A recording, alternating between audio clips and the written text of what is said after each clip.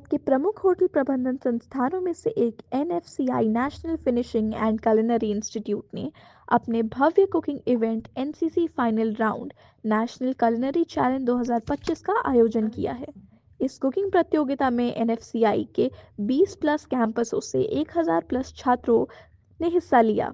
यह प्रतियोगिता 3 चरणों में विभाजित की गई थी, जिसका पहला चरण 17 दिसंबर 2024, दूसरा चरण 27 दिसंबर 2024 और अंतिम चरण 31 जनवरी 2025 को पुष्प गुजराल साइंस सिटी कपूरथला पंजाब में आयोजित किया गया था, जिसमें एनएफसीआई के वाराणसी कैंपस के 3 छात्र दिव्यांशी वर्मा, आंचल शर्मा और ऋषिकेश प्रजापति को 11,000 नकद पुरस्कार और अमूल, क्रेमिका, पार्ले और रेडियो सिटी की तरफ से ढेर सारे गिफ्ट हैम्पर के साथ विजेता घोषित किया गया, जिसमें इन्होंने केरला सद्या थाली बनाकर महारत हासिल किया।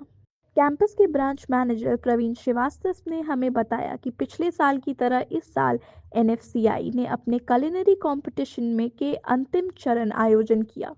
छात्रों के कुकिंग स्किल्स को परखने के लिए उद्योग के कुछ प्रसिद्ध व्यक्ति माननीय शेफ अजय सूद, शेफ महेंद्र खैरिया और शेफ शिरीष सक्सेना जजमेंट के लिए इस प्रतियोगिता में आए। इन्होंने छात्रों के प्रयासों और कौशल की सराहना करते हुए उन्हें निर्णायक फीडबैक दिया।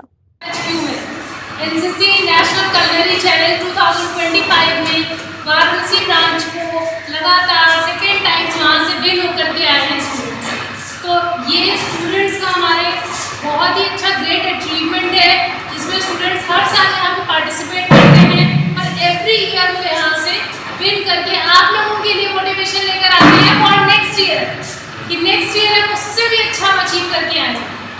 और इस पूरे इवेंट को जो आपको गाइड कर रहे हैं वो आपके सर गाइड कर रहे हैं। सर के ही गाइडेंस में बच्चे सीख रहे हैं और आगे एवरी ईयर अपना अचीवमेंट प्रेजेंट कर रहे हैं आप लोग के सामने। यहाँ पे आप लोग को इसलिए इकट्ठा किया गया ताकि आप लोग बच्चों से कई सारे एक्सपीरियंस गेन कर सकें, उनसे वहाँ से एक्सपीरियंस ले सकें जो वहाँ पे आप लोग अपने कैंपस में हैं। कैंपस में आप लोग को बहुत सारे ऐसे इवेंट्स, बहुत सारी चीज़ आते हैं जो वहाँ जाके लाइव बच्चे सीखते हैं। बड़े बड़े शेफ से बच्चों ने कैसे इंटरेक्शन किया, वहाँ पे कैसे चैलेंज फेस होता है, टाइम का क्या बाउंडेशन है, कितने सारे अदर सेंटर पूछ सकते हैं। अपने एक्सपीरियंस ये लोग शेयर करेंगे, जो ये लोग छोटा सा एक आपको थोड़े से टाइम में अपना एक्सपीरियंस बता सकते हैं। तो इसमें इन लोगों का बहुत एफर्ट है। आप लोग अपनी क्लासेस करने आते थे, आप लोग देखते थे कि ये लोग रेगुलर प्रैक्टिस कर रहे हैं, कोई भी दिन बिना मिस किए रेगुलर बेसिस पे ये लोग आगे 3-3, 4-4 घंटे प्रैक्टिस करते हैं। इसके बेसिस पे सबके साथ प्रॉब्लम हुई है घर में, ऐसा नहीं है, आप लोग के साथ में भी होती है, तब भी उसको कंसिस्टेंसी को मेंटेन रखा है इन लोगों ने। मेंटेन रखने के साथ आज ये लोग आप लोग के सामने हैं। तो और मोटिवेट कीजिए और इन लोगों से आप भी मोटिवेट होकर के नेक्स्ट ईयर जो अभी न्यू ज्वाइनीज है वो नेक्स्ट ईयर और अच्छा बेटर परफॉर्म करिए, ठीक है। और बेस्ट हमारी विशेष ये होती हैं कि जो बच्चे अभी सीख करके आए हैं आगे आप लोग और सीखिए। जो भी न्यू ज्वाइनीज है उनको ये समझ में आएगा कि एनएफसीआई यहाँ पे केवल स्टूडेंट्स को हम ट्रेन नहीं करते बल्कि लाइफ के चैलेंजेस के लिए भी रेडी कर रहे हैं, ठीक है। तो अभी मैं सर से भी रिक्वेस्ट करूंगी कि सर वहाँ पे भी बच्चों के बारे में थोड़ा बताएं, कैसे क्या चीज़ें ऑर्गेनाइज हुई। स्टूडेंट्स अपना कुछ एक्सपीरियंस शेयर करिए जिससे हम बाकी स्टूडेंट्स भी उससे मोटिवेट हैं।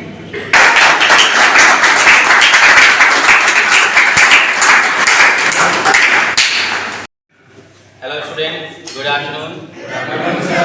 तो जैसा कि आप यहाँ पे सभी लोग एक साथ बैठे हो, पता है ना कि यहाँ पे नेशनल culinary चैलेंज जो कंपटीशन हुआ था वहाँ पे वाराणसी टीम ने बहुत अच्छे से उसको क्वालिफाई किया और जो चैलेंजेस थे उसको एक्सेप्ट किया। और उस चैलेंज को किस तरीके से एक्सेप्ट किया वो जो वहाँ पे इन्होंने बनाया, 20 कैंपस के साथ कंपटीशन था, ठीक है। 20 कैंपस में हर एक कैंपस से 3 स्टूडेंट जो कि गए थे और 6 स्टेट से ये पूरा कंपटीशन हो रहा था।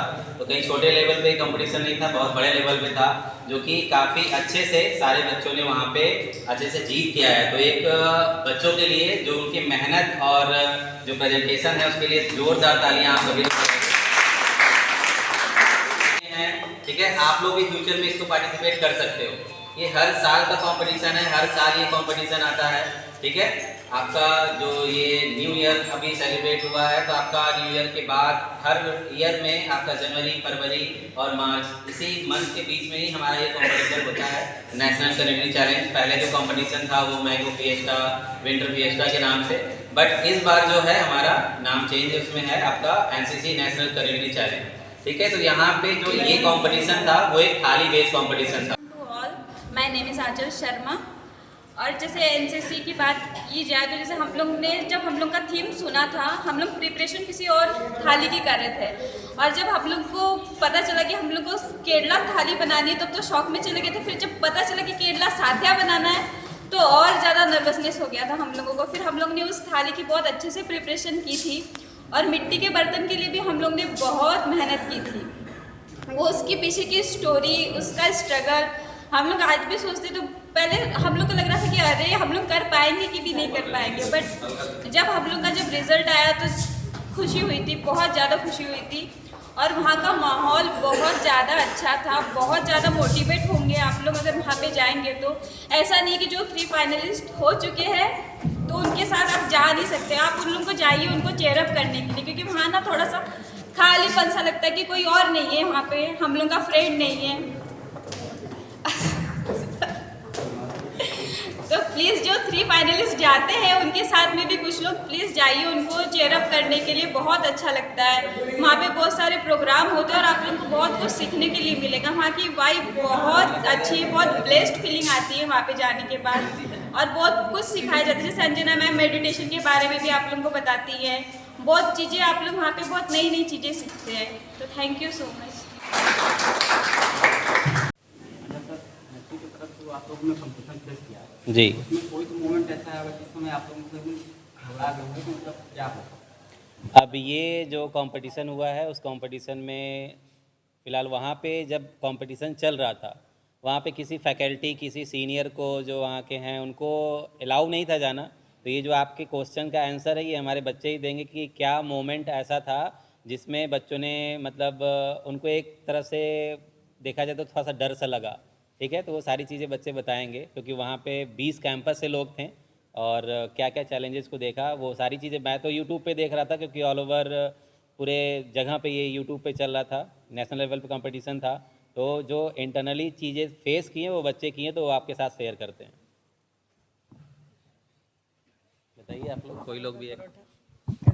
हेलो, सबसे पहले तो एक जगह जो प्रॉब्लम आई थी वो मालाबार पराठा में आई थी, क्योंकि हम लोग को मीटिंग में बोला गया था कि आपको टाइमिंग दिया जाएगा प्रिपेयर करने का, पर हम लोग का इंडक्शन बंद करके हटा दिया गया और मेरा पराठा हुआ ही नहीं था। तो पर जो मेरा हीटिंग प्लेट था वो मतलब कि वो काफ़ी गर्म था, तो मैंने उसी पे धीरे धीरे हम लोगों ने उसको सेका और उसको पूरा कंप्लीट किया, ताकि और उसके बाद हमारा फियर रिमूव हुआ और बहुत ही अच्छा पराठा बना था, बहुत ज़्यादा अच्छा बना था। और जजेस ने पूरा खा लिया था एक पराठा पूरा खा गए वो। सेकेंड ये था कि जब जैसे हम लोग को सांभर बनाना था मुझे, तो मैंने जब सांभर के लिए पहले दाल चढ़ा, क्योंकि हमेशा ज़्यादा क्वांटिटी में बन जा रहा था, तो मैंने सोचा कम ही करते, और उसमें मैं दूसरा वर्क करने लगी और उसमें वो जल गया था। तब मेरी हालत थोड़ी सी ख़राब हो गई थी कि अब कैसे होगा टाइम पे। फिर उसको फटाफट से वॉश करके दूसरा दाल मैंने प्रिपेयर किया। उसके बाद जब वो टाइम पे सारी डिशेस कंप्लीट हो गई तब जाके बहुत अच्छा सेटिस्फेक्शन था हम लोगों को। और एक मोमेंट ऐसा आया था जब हम लोग प्रिपेयर तो कर लिए थे, मैक्सिमम चीज़ें सब चीज़ें एकदम राइट वे में जा रही थी, पर उस टाइम पे मैंने सर का फेस देख लिया और सर बहुत परेशान थे।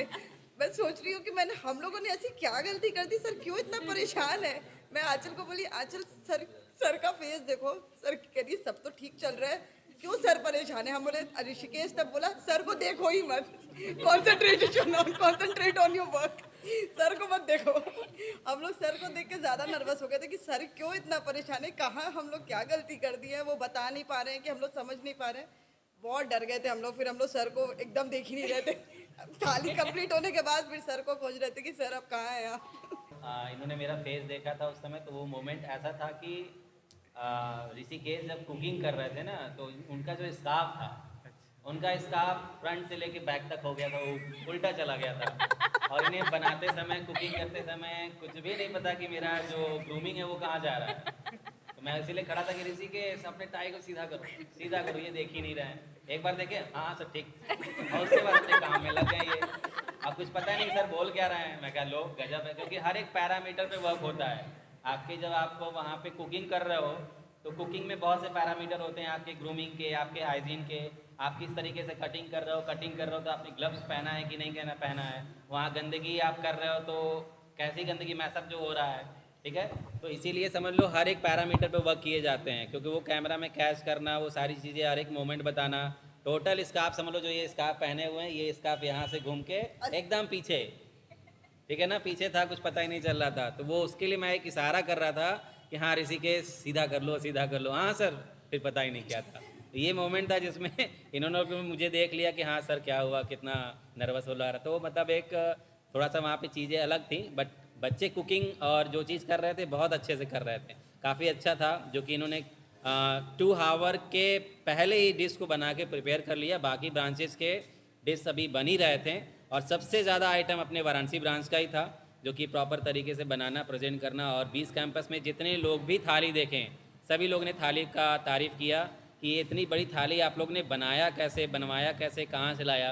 तो ये सारा चीज़ें ऋषिकेश जी जो हैं उनके घर पे वो सारी चीज़ें प्रिपेयर हुई थी, क्योंकि वो प्रजापति हैं, कुम्हार हैं। तो उन्होंने बहुत अच्छे तरीके से चीज़ों को अपने चाचा के हेल्प से उनको बना के प्रेजेंट किया, और काफ़ी एक अच्छा उम्दा थाली सामने प्रेजेंट किया, और जज भी देख के काफ़ी खुश हुए। तो ये सारा एक्सपीरियंस था बच्चों का। जिस समय विनर के नाम अनाउंसमेंट किए जा रहे थे, उस समय आप लोग को क्या लग रहा था कि आप लोग का भी नाम उसमें आएगा? और जब आया तो कैसा लगा आप लोग को? जब विनर का अनाउंसमेंट होने वाला था ना, एक्चुअली एकदम वहाँ से स्टार्ट हुआ था, like best dessert, best beverage, best starter. तो हम लोग अपने मन में यही बना रहे थे कि हम लोग का इसमें नाम ना आए, हम लोग का विनर्स में ही नाम आए। तो जब ये अनाउंसमेंट हो रही थी तो हम लोग सोच रहे थे हम लोग का साथिया थाली ना सुनाई दे हम लोगों को। तो लेकिन जब ये सारा पास आउट हो गया, जब विनर्स का आया तो बहुत ज़्यादा डर लग रहा था, हम लोग सब लोग बहुत ज़्यादा नर्वस थे, लेकिन कॉन्फिडेंस भी था कहीं ना कहीं, क्योंकि जिस हिसाब से हमारी थाली की इतनी ज़्यादा तारीफ हुई थी, इतनी ज़्यादा तारीफ हुई थी कि इतना तो कंफर्म था कि कुछ तो जीत कर जाएंगे, ये तो कॉन्फिडेंस था। लेकिन फिर भी डर बहुत ज़्यादा लग रहा था। और जब अनाउंसमेंट हुआ तो बहुत ही अच्छा लगा। फिर हम लोग तुरंत ही रिसीव किया, और फिर हमारी तुरंत ही ट्रेन थी और हमें बहुत लेट हो रहा था, तो हम लोग तुरंत ही निकल गए थे। मैंने पहले भी बोला और अभी भी बोल रही हूँ कि एक बार ज़रूर लाइफ में, अगर NFCI इतना बड़ा प्लेटफॉर्म दे रहा है आपको ऐसे कंपटीशन में जाने का, पार्टिसिपेट करने का, जाओ, ज़रूर से जाओ, एक बार एक्सपीरियंस करके आओ। बहुत अच्छा लग रहा था हम लोगों को वहाँ पे। मैं और आंचल यही बात कर रहे थे वहाँ जाने के बाद कि यहाँ कितना फैमिली नेचर है सबका, कितने अच्छे लोग हैं, कितने अच्छे से सारी चीज़ें ऑर्गेनाइज्ड है यहाँ पे। बहुत अच्छा लग रहा था। तो एक बार तो ज़रूर सब लोग जाना, पूरी कोशिश करना। और जो कंपटीशन में ऐसा फाइनलिस्ट भी नहीं जाएगा वो भी जाना, क्योंकि बहुत ब्रांचेस के पूरी टीम आई थी, जैसे हिमाचल की पूरी टीम आई थी, और पंजाब में जलंधर, चंडीगढ़, ये सब की पूरी टीम आई थी वहाँ पे। 20-25 बच्चे आए थे और चीयर अप करने के लिए बच्चों को, और वो इन्जॉय भी कर रहे थे। जो साइंस सिटी है जहाँ पे हमारा था ये, वो इतना बड़ा है और इतना खूबसूरत है, पूरा जुरासिक वर्ल्ड है वो। हमारे पास तो टाइम ही नहीं बचा कि हम वहाँ घूम कर आएँ, पर अगर आप लोग जाओगे तो ज़रूर घूम कर आना, क्योंकि वो बहुत ज़्यादा ही सुंदर है। पूरा नेचर चारों तरफ, पूरी हरियाली है, बहुत ही अच्छा लग रहा था वहाँ पे। तो अगर फाइनलिस्ट के साथ साथ तो जाना ही जाना। मैं तो कहूँगी पूरा NFCI वाराणसी को लेके जाइएगा सर अब आप।